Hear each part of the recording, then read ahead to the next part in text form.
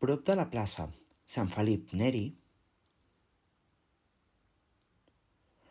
s'hi troba la Catedral de Barcelona, a la zona medieval de la famosa ciutat Bàrcino, Barcelona. Als voltants de la catedral hi ha molts edificis importants que segueixen conservant l'estil medieval. Un exemple n'és una plaça que, en aquella època, provocava molta por a les persones que eren condemnades a mort. Sabeu on vivia el botxí de Barcelona? Anem a veure cap allà.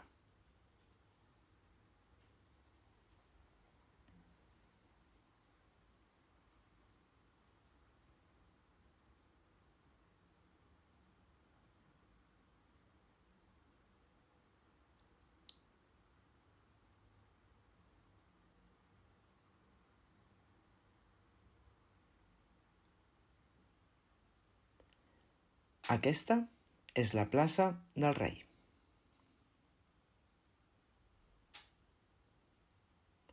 A la plaça hi ha la torre mirador del Rei Martí.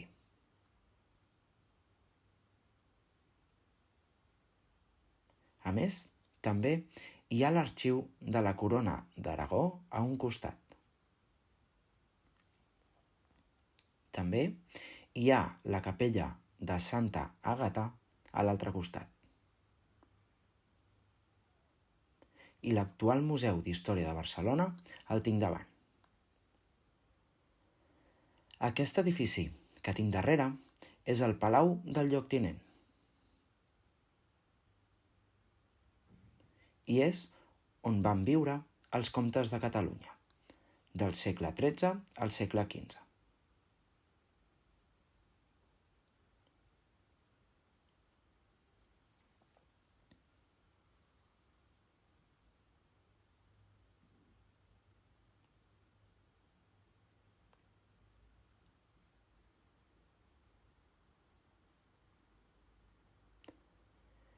La història diu que aquesta plaça ha tingut diferents utilitats, per exemple, com a corral d'animals del rei, o com a mercat, o també com a escenari de tornejos medieval.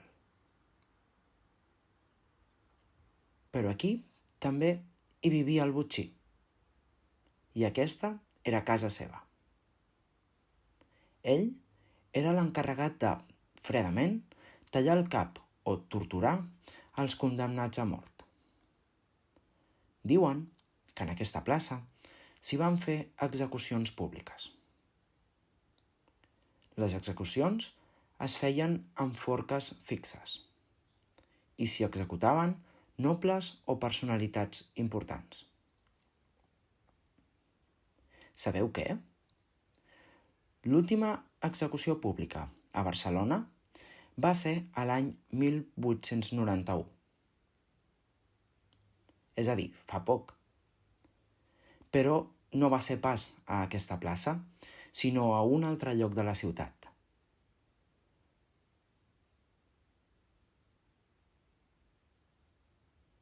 Sabeu per què el Museu d'Història de Barcelona es troba enganxat a aquesta plaça? Com és que estan tan a prop? Doncs el motiu és que més o menys al voltant de 1930, en unes reformes, es va trobar sota el terra de la plaça les restes arqueològiques de la ciutat romana de Barcelona. Teniu curiositat de veure les restes que es troben sota la plaça? Jo vaig a veure-ho. Si voleu, un altre dia us ho explico.